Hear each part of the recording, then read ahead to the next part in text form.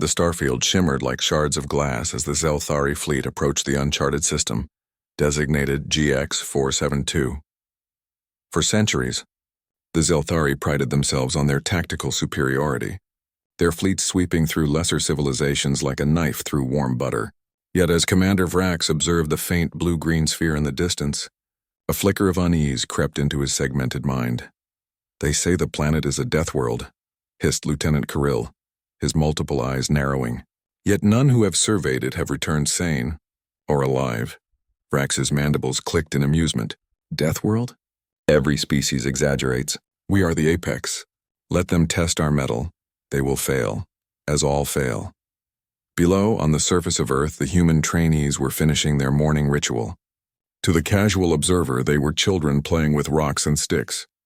But those who knew, the humans themselves, understood that these seemingly mundane exercises were harbingers of the deadly adaptability that defined their species.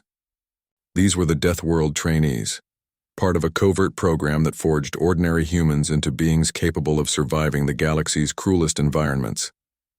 At the age of 10, each trainee had endured acid rains, engineered predators, and labyrinthine simulations of natural disasters. By 15, they had been thrown into zero-gravity combat drills, poisoned air chambers, and viral outbreaks designed to test not only endurance, but ingenuity. Each test left them scarred, but each also honed instincts far beyond those of ordinary life forms.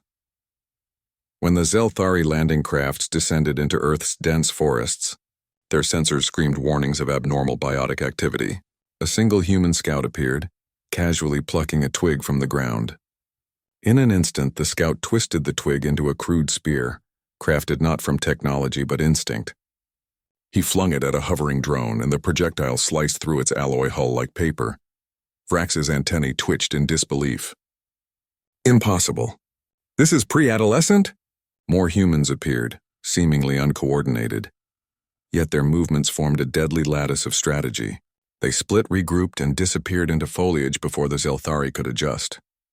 The fleet's communication net buzzed as sensors reported casualties that should have been impossible. Soldiers trapped in magnetic snares impaled by sharpened branches that appeared from nowhere. Drones disabled by devices constructed from mud and vines. The humans weren't fighting as a unit, they were improvising. And each improvisation carried the subtle genius of countless generations of survival against environments that no other species had endured without dying in droves. Hours later, when the first major clash occurred near the frozen rivers of the northern tundra, the Zelthari learned their second lesson. Their plasma cannons, calibrated for maximum destruction, incinerated swathes of human habitat. Yet the humans had already anticipated it. Trenches, hidden shelters, and decoy structures had been established days prior. Not a single human casualty was recorded. Lieutenant Kirill's mandibles trembled as he reported, "Commander, they are surviving everything we throw. It's unnatural." Vrax, pride battling disbelief, responded, "They are clever, but cleverness alone does not match strength. We will break them." The humans, however, did not rely on mere cleverness. They struck with precision, exploiting every Zelthari weakness with an eerie understanding of strategy that seemed to anticipate the enemy's thoughts. Biochemical traps mimicked the very pathogens of the Deathworld simulations the humans had endured. Modified flora released toxins to incapacitate invaders. Crystalline structures, designed in a matter of minutes, channeled energy to disable energy shields. In the command center aboard the Zelthari flagship, Vrax watched his forces falter. Entire battalions, the pride of a species spanning millennia, fell to methods they could neither predict nor counter. How are they doing this?" Kirill whispered. "They've learned to fight like the planet itself," Vrax admitted quietly, his segmented carapace sweating. "Every Deathworld test, every trial we have laughed at, it has made them this." By nightfall, the humans launched a counterattack. Outnumbered 1,000 to 1, they maneuvered in a way that made the numbers meaningless.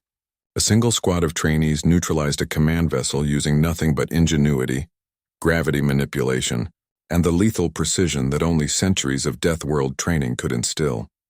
Vrax realized, as his flagship erupted into chaos, that the humans were not merely surviving. They were thriving. They had weaponized adversity, honed it into a language that only humans could speak fluently. The battle ended not with a negotiated surrender, but with the Zelthari retreating into orbit, battered and humiliated. Every species that had previously underestimated Earth's Deathworld Trainees had repeated the same mistake. Every time the lesson was brutally simple. Humans were not to be measured by size, firepower, or numbers. They were to be measured by the relentless ingenuity forged through generations of hardship. Back on Earth, the human trainees returned to their forests and mountains, moving like shadows that left no trace. They carried no prideful banners, no cries of victory, only the quiet acknowledgement of what they had been trained to do: survive. And as the Zelthari fleet limped away, whispers spread across the stars. Every alien species that had encountered humans, every fleet that had underestimated the Deathworld Trainees, would carry a scar that went far beyond the battlefield. They had learned the same lesson in the same painful way. To challenge a human, one must first comprehend what survival truly meant. But comprehension alone was not enough. By the time understanding dawned, the humans were already gone, leaving only echoes of the storm they brought, a storm that reminded the galaxy that Earth's children were not merely participants in the cosmic arena. They were masters of it, and so the legend of the Deathworld Trainees grew.